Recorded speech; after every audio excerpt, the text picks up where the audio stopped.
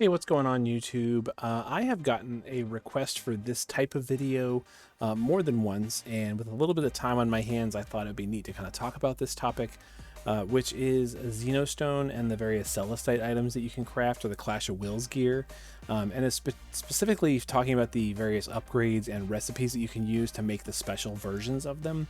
I get a lot of questions about like which ones should I pick, what do they all do? And so I thought it would be neat to kind of talk about those here, and so we're going to do that in this video. A couple things you should know is, first of all, where you get the materials to make the Clash of Wills gear, and that's the Xenostone shards. For every Clash of Wills event that we have, you can get up to 1,000 Xenostone shards just from completing up to level 90. So it's really important that you push at least to be able to get level 90 done, that we get all the free Xenostone from the event itself.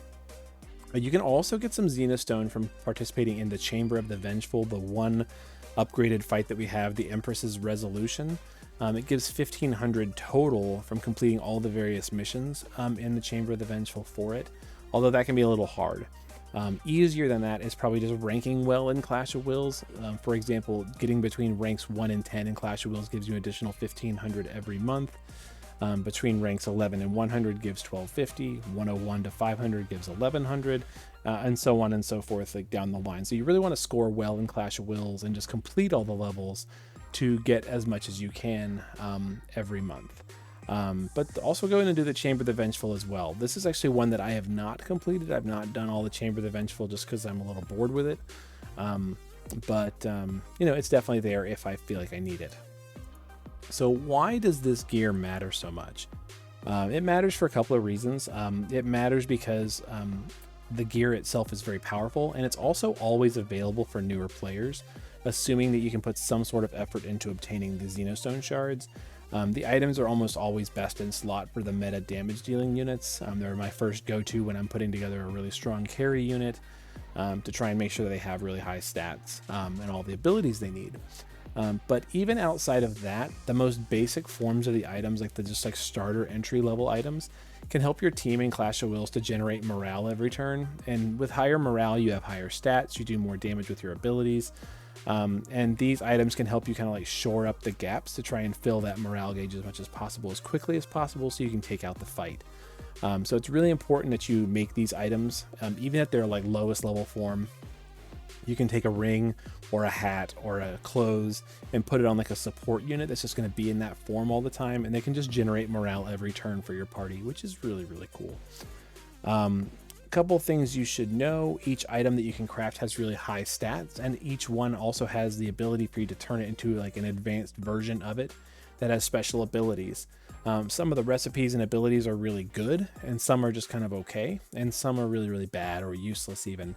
So we're going to talk about each one in order, starting with the helmet, because that was the first Clash of Wills item that we got. And if you have any questions about what each one of these things does outside of what I say, you should definitely check out the wiki page on the Celestite items. Although it can be a little confusing, it is better information than what's in the game, because in the game it can be really hard to see these things until you actually own them.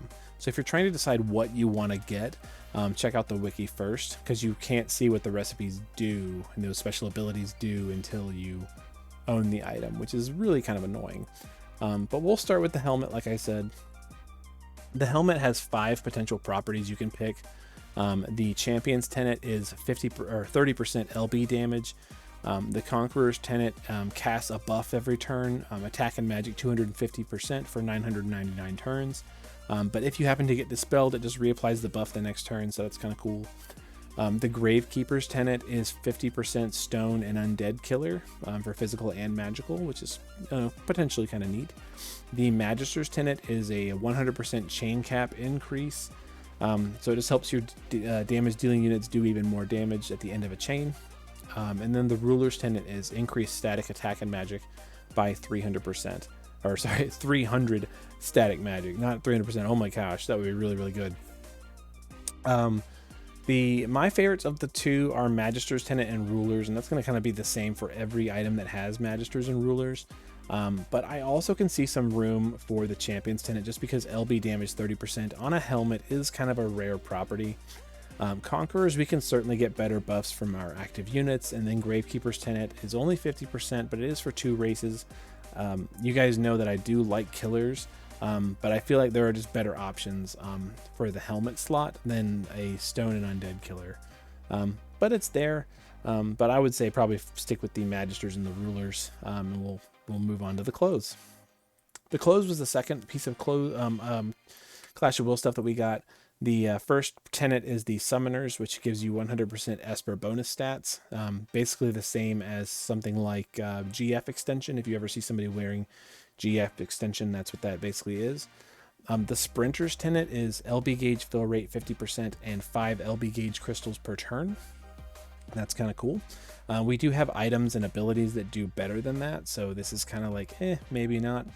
The Huntsman's tenet is 50% beast and fairy killer, physical and magical, just like the Gravekeeper's tenet. Maybe not the best, depends on what you need. And then they also have Magisters and Rulers on the clothes as well, which are my top picks for what you should be choosing here. I do kind of like the idea of the Sprinter's tenet, even though we have better options. Just because that is very nice to fill the LB gauge pretty quickly. So things to consider. The clothes, they're there. I like Magisters and Rulers. The hat, the first hat that we ever got was the diadem. And this one has a lot of really neat properties. The first one is the Dancer's Tenet, which happens to be my favorite. Increases your unit's physical evasion by 20% and makes them be targeted 100% of the time. Basically turning any unit into a provoke tank with just one slot is really, really cool. In addition to that, the Dancer's diadem does actually have a lot of good defensive stats on it, HP and defense and spirit, so it's a good item. Then the other is the Prophet's Tenet. Decreases MP used by 40%, recovers 5% MP per turn, and increases resistances to all status ailments by 100%. So it's a ribbon effect on a hat with some MP support, which is kind of nice. The Priest and Priestess's Tenet are basically the same. They just change elements and statuses. Priest is increased fire, lightning, wind, and light resistance 50, and resistance to charm 100%. Priestesses is the other 4 elements, ice, water, earth, and dark, 50%, and stop immunity. So both of those have their place, I think. Charm is more rare than stop immunity. But I do think the Dancer's helmet is better, the Dancer's hat. And then finally, they don't have Rulers and Magisters on the hat, but they do have the Paladin's Tenet, which is defense and spirit, static 250. So maybe not as good as the Rulers, but you really don't need as high defense and spirit as you do attack and magic. So it's, I think, pretty balanced out. I would definitely say the Dancers is the way to go on this one, just because it is a completely unique property, that it has 100% provoke. But your mileage may vary. The rings are kind of neat just because we do have 2 rings that you can craft, and as a result of that, there's also 10 properties you can craft. So these will take a little bit longer to go over, but they're still really good. The first one is the Physician's Tenet. It removes all status effects from all enemy allies, increases resistance to status ailments for 2 turns, and increases resistance to breaks for 2 turns. This is almost as good as the ability on Pause of Prosperity, but it's a little bit different. So it's a usable ability that the Physician's Tenet gives you, and it's pretty nice. If you did not get Pause of Prosperity, definitely consider a Physician's Tenet ring. But you might find that there are better things. The next one is the Flag Bearer's Tenet. It auto casts Flag Bearer's Tenet every turn, which fills 50 morale for every active unit on your team. At least that's what the wiki says it does. If I remember correctly, when this was first released, like they made it not work and not do anything for a little while, and they may have fixed it, but the wiki says that's what it does. I don't have this ring, so I can't confirm whether or not it does currently or not. The Hermit's Tenet is pretty neat. It increases jump, evo magic, and LB damage at 50%. So that's pretty cool just to have those on a ring that you can put on anybody. But jump, and there are no units that do jump and evo and LB damage with all 3 of those. So there's no way that you're going to use this one item to kind of shore up everybody all at once. There are units that do jump in one form and evo in one form, and both those happen to be LB abilities, but not all 3. So it's kind of like pick and choose. This is mainly used for one thing at a time. There you go. Magisters again, Emperor's Tenet instead of Rulers. Attack, defense, magic, and spirit 200, which is pretty cool because it's all stats. And then also they have the Archon's Tenet, which is HP and MP 30% with attack, magic, defense, and spirit 50%. I feel like that's less good, but it is still nice that it does something for every one of your stats. Finally, there are 4 different killer combinations you can get. All of these have 3 killers at 50% physical and magic damage. The Craftman's is humans, stone, and machines. Explorers is dragons, insects, and plants. Mediums is demons, reapers, and fairies. And nomads is burst, beasts, and aquatics. I think the fact that there are 3 killers at 50% is definitely room for consideration. There are some nice combinations here, like bird and aquatic, beast and aquatic, demon, reaper, fairy, demon. Those are some nice combinations, as are human, stone, human, machine. Dragon, insect is kind of neat. Insect, plant is kind of neat. But what happens if you need a demon insect or a demon plant or a fairy machine? Then you're going to need 2 of these rings to get both of those. So I feel like those are maybe worth it depending on what the content you're facing is. But again, my favorites are Magisters and Emperors. Big surprise there, right? All right, those are the rings. Again, you can make 2 of these, so definitely consider what you want. The last ones that we have are the chainmail vests. This one has a unique one, Conductor's Tenet. It increases the chain modifier for normal chains and elemental chains by 200%. This is not chain cap, this is chain speed. So sometimes that's good and sometimes that's not, but it is there, and pretty unique to have that on a chest piece item. Pretty cool. The Guardian's Tenet auto casts a buff every turn. At the start of battle, upon revival, and after Brave Shift, rather, not every turn, but it just gives you 50% damage mitigation for 3 turns. Potentially cool, but that also means you're putting this on your tank rather than on your damage dealer. Yeah, for what it's worth, right? The Avatar's Tenet increases resistance to all elements 150% for 1 turn. It's a usable ability. The Ninja's Tenet increases your physical evasion at 50% and also decreases your chance of being targeted by 100%. So that means that you're never going to get targeted until the very, very end. And when you do get targeted, you have 50% evasion. Kind of cool. And you can also get rulers on this. This is attack and magic 300. I only have the rulers. I'm going to be honest with you. The others are just not that useful to me. Chainmail vest also has the highest base stats of all the items, so I feel like it's like the best one for attackers and magic damage dealers. So rulers is pretty much the obvious choice.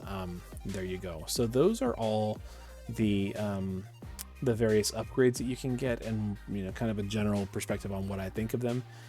Just so you know, here is the ones that I have crafted. So I've made the Dancer's Diadem. I made 2 Magister's rings. I made the Ruler's Chainmail vest.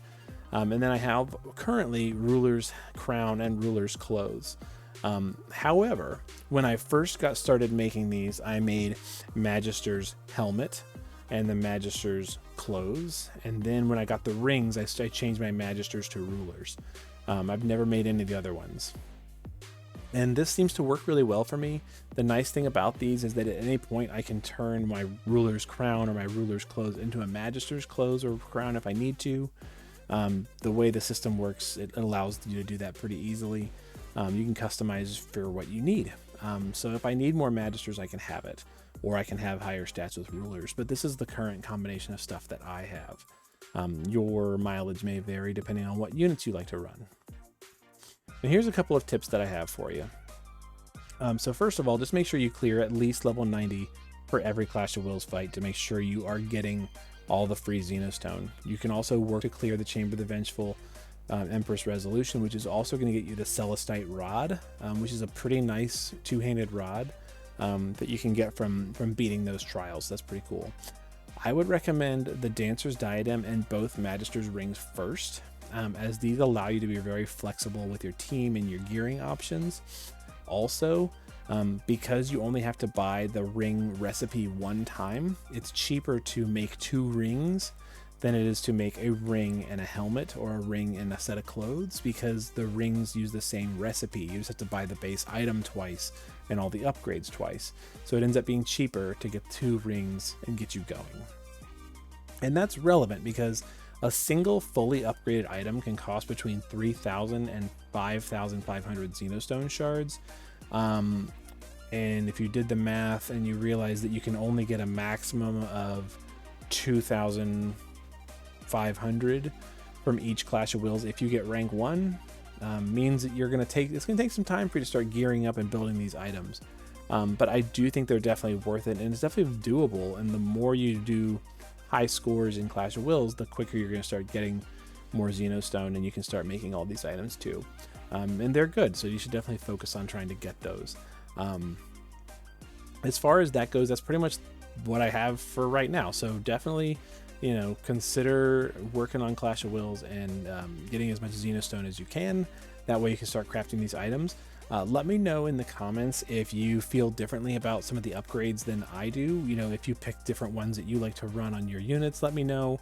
If you've got some ideas for how to get Xenostone from the Chamber of the Vengeful, let me know. There's lots of guides and videos out there for like how to just swap 1 or 2 units out to try and get as many unit clears as you can, because that's kind of the shtick of Chamber of the Vengeful, is bringing different units to complete all those missions. But yeah, let me know if you think differently on this one, or if you've got some more tips on how to get some Xenostone, or what some of your favorite abilities are. I'd be happy to talk about those. But for now, I'm going to be all done. So thanks for everybody who requested the topic for this one, and we will see you in the next video.